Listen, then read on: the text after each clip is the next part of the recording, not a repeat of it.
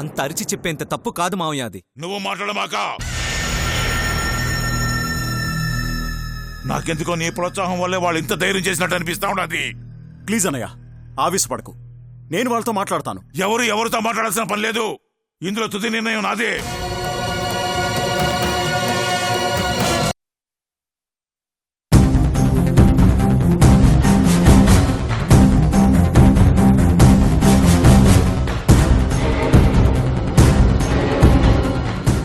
శభాష్ సిరి, చెప్పుతో కొట్టినట్టయింది వీడికి.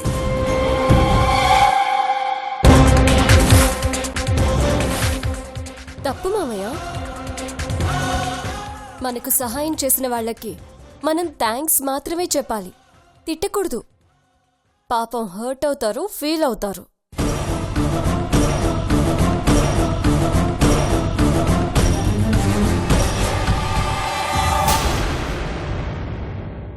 అక్షయ్, నువ్వేం పట్టించుకోకు.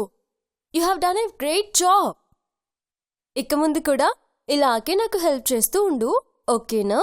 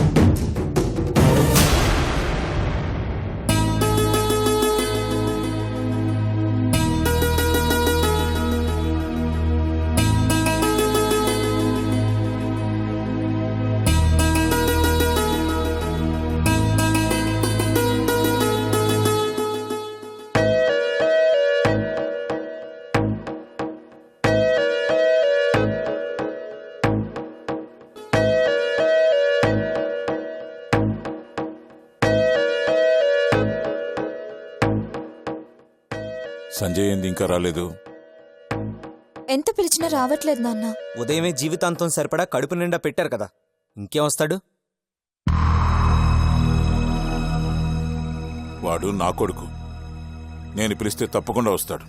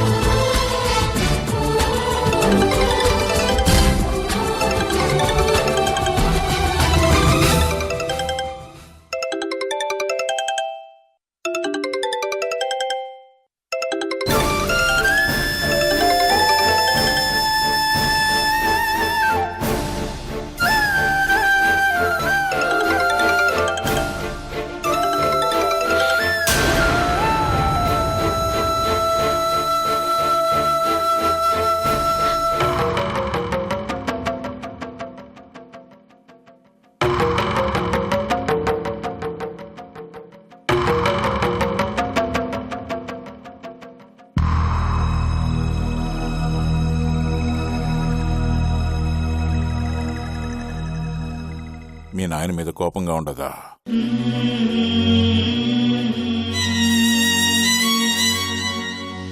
నేను మూర్ఖుడిలాగా కనిపిస్తున్నాను కదూ? నీ ప్రేమను కాదన్నానని బాధగా ఉండదు కదా?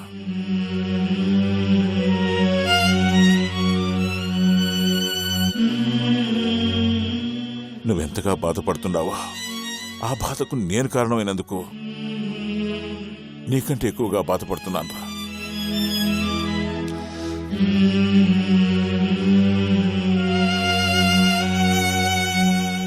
నా ప్రాణంరా నువ్వు. నాకు మళ్లీ జన్మనిచ్చిన తండ్రివిరాను.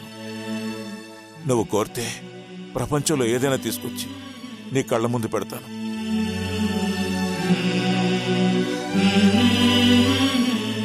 అట్లాంటిది నీ ప్రేమను మాత్రం ఎందుకు కాదంటున్నానో అర్థం చేసుకోరా.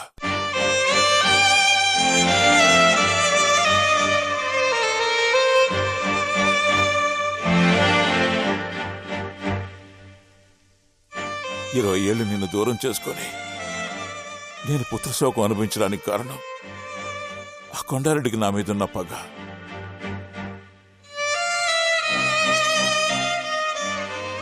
ఇన్నేళ్ల తర్వాత నువ్వు ఇంటికి తిరిగి వచ్చావన్న సంతోషాన్ని నలుగురికి చెప్పుకొని ఆనందించకుండా మనసులోని కుమిలిపోవడానికి కారణం ఆ పగేరా.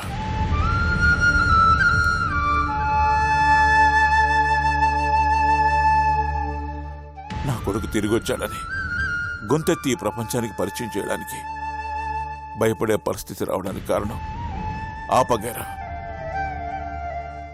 నీ ప్రేమను కాదనడానికి కారణం కూడా ఆ పగేరా చిన్న.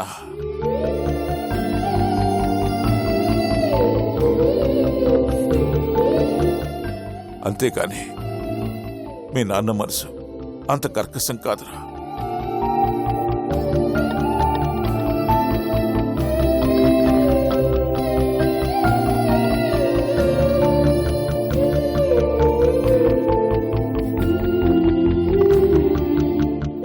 చంపేస్తారా వాళ్ళ గురించి నీకు తెలియదురా. మృగాలురా వాళ్ళు, మృగాలు. నువ్వెవరో తెలియకముందే సిరితో చనువుగా ఉన్నందుకు నిన్ను చంపడానికి చూసినారు.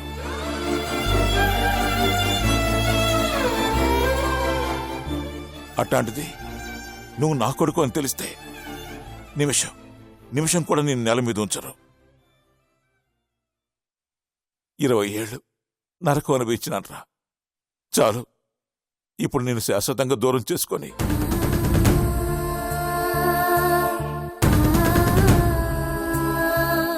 మళ్ళీ ఆ నరకాన్ని అనిపించే శక్తి మీ నాన్నకు లేదురా.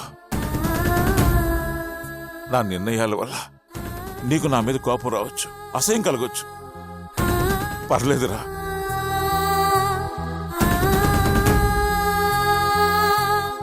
తట్టుకుంటాను. కానీ నీకు మాత్రం ఏమైనా జరిగితే ఈ గుండె ఆగిపోద్దురా. ఈ ఒక్క విషయంలో నన్ను క్షమించరా. కావాలంటే నీ కాదు.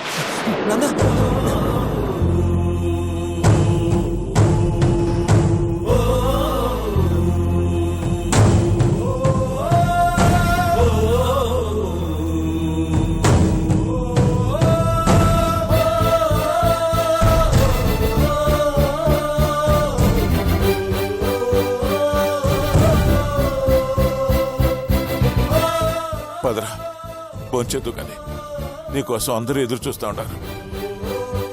మీరు పదండి నాన్న, నేను వస్తాను ప్లీజ్.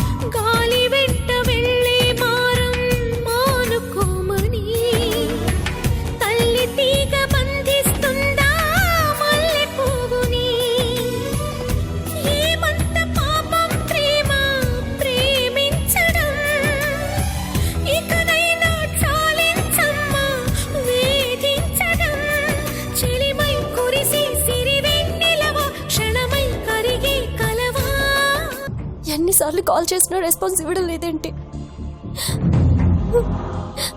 అసలు ఏమైంది సంచుకి? వాడు ఫోన్ ఎత్తాడమ్మా.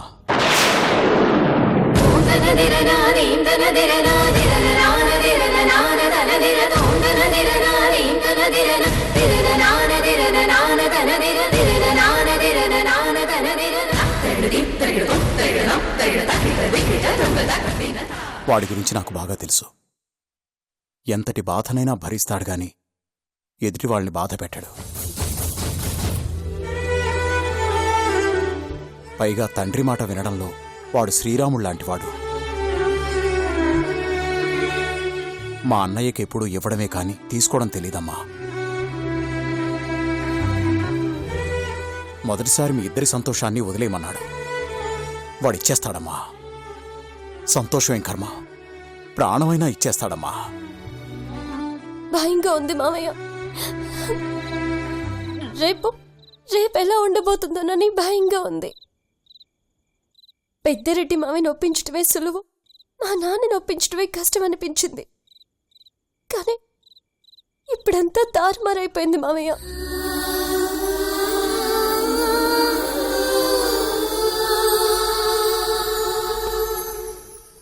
నాకే ఎందుకు ఇలా జరుగుతుంది మామయ్య? అందరూ సంతోషంగా ఉండాలని కోరుకునే నాకు ఆ దేవుడు సంతోషాన్ని దూరం చేయాలని చూస్తున్నాడు.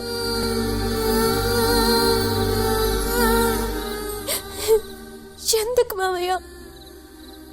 నేనేం నేరం చేశానని?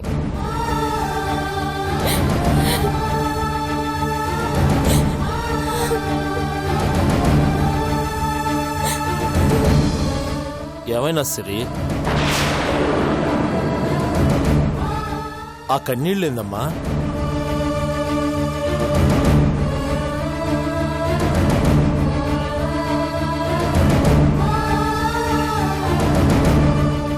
ఏమైనదమ్మా?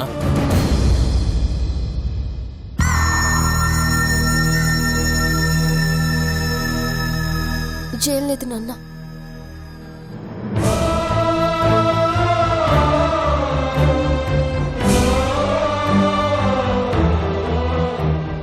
చూసినావా మనోహర్, నా కాడే తన బాధను దాస్తా ఉండాది. వాళ్ళ అమ్మ కోసమే కదా ఈ కన్నీళ్లు. అమ్మ కోసం కాదు బావా, ఆనందం కోసం. ఉమాదేవి ఈరోజు కాకపోతే రేపన్నా తిరిగొస్తుందనే నమ్మకం సిరికుంది. కాని తన జీవితం చేజారిపోతే తిరిగి ఎలా రాబట్టుకోవాలన్న ఆలోచనతో అలా కన్నీళ్లు పెట్టుకుంటోంది.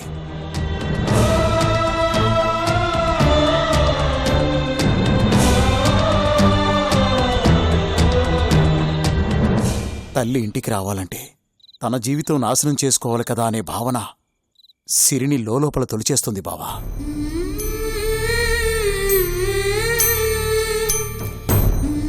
ఏడ్చి ఏడ్చి కన్నీళ్ళింకిపోయేలా ఉన్నాయి గాని తన కల నెరవేరేలా లేదు. నచ్చిన వాడితో జీవితం పంచుకుంటే సిరి సంతోషంగా ఉంటుంది బావా. ఒక్కసారి ఆలోచించు బావా.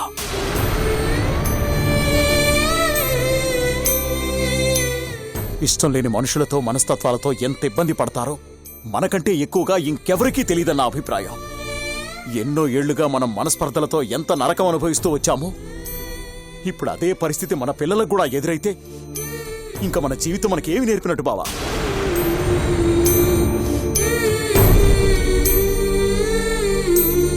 వద్దు బావా, వద్దు.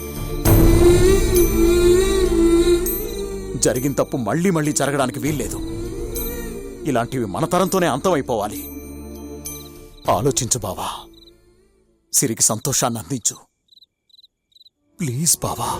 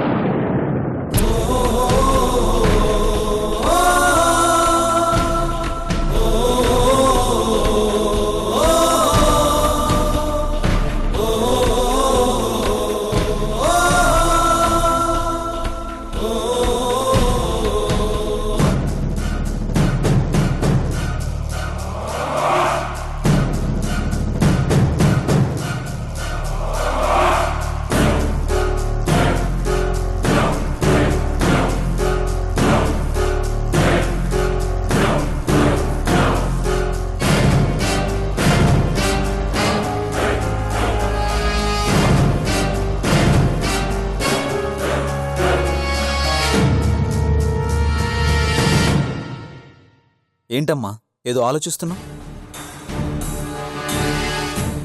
అసలు ఈ ఇంట్లో ఏం జరుగుతుందో అర్థం కావట్లేదురా సిన్న.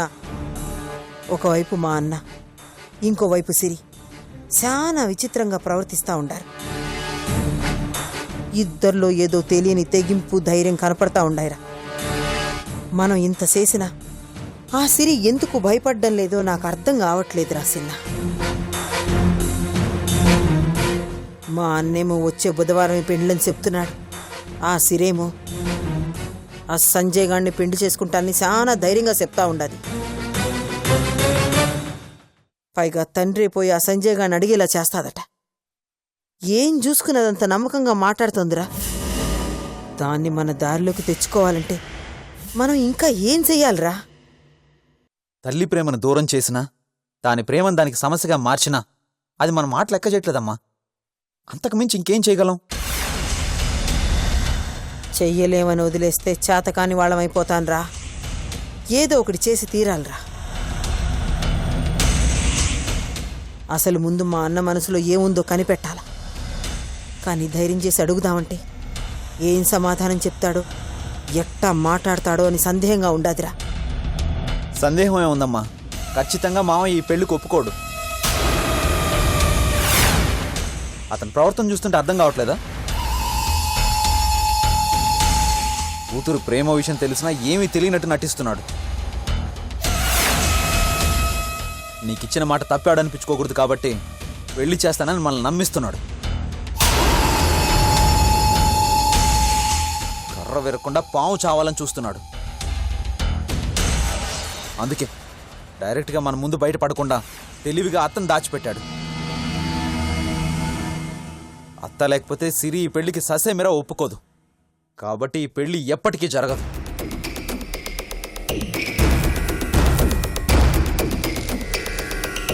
నువ్వు చెప్పింది చేయడం తప్ప మామయ్యకి సొంతంగా ఆలోచించడం చేత కాదనుకున్నాను.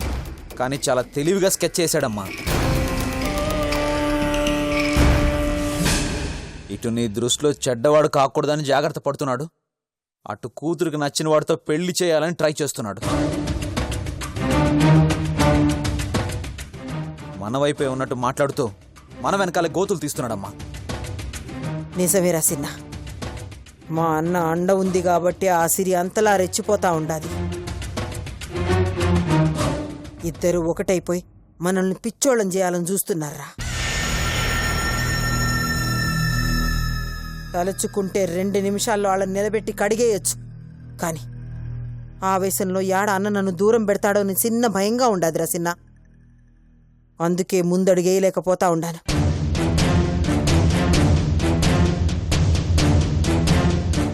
ఇటువంటి సమయంలో అమ్మ ఈడ ఉంటే చాలా బాగుండేదిరా.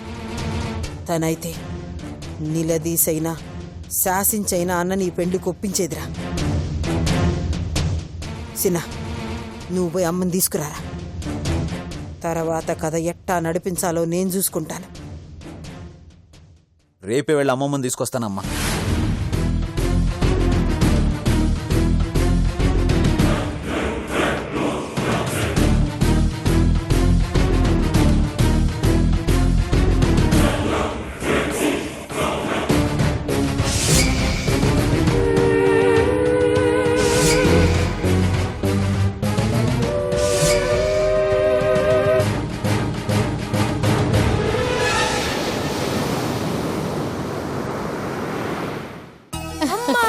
బన్నీ,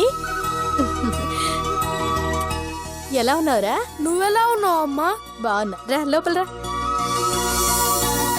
నానా ఎరా బన్నీ, హాస్టల్లో నీకేం ఇబ్బంది లేదు కదా? అందరూ బాగా చూసుకుంటున్నారా? బాగుంది నాన్న, ఫుడ్ సూపర్ గా ఉంటుంది. బన్నీ, అక్క ఎలా ఉన్నావురా? నేను సూపర్ గా ఉన్నాను. బాగా చదువుకుంటున్నావు కదా? చాలా బాగా చదువుకుంటున్నాను అక్క. ఆహా. బావా ఎలా ఉన్నావు బావా? నేను బాగున్నాను రా. నువ్వు బలంగా ఉన్నావు కదా? అబ్బో, మసిల్స్ బాగా డెవలప్ చేసావరా.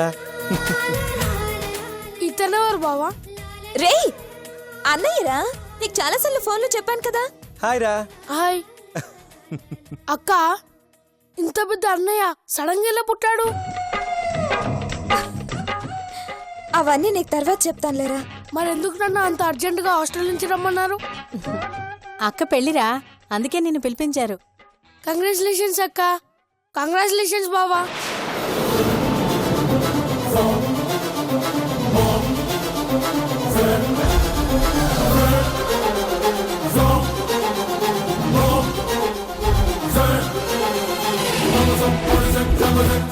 Come on,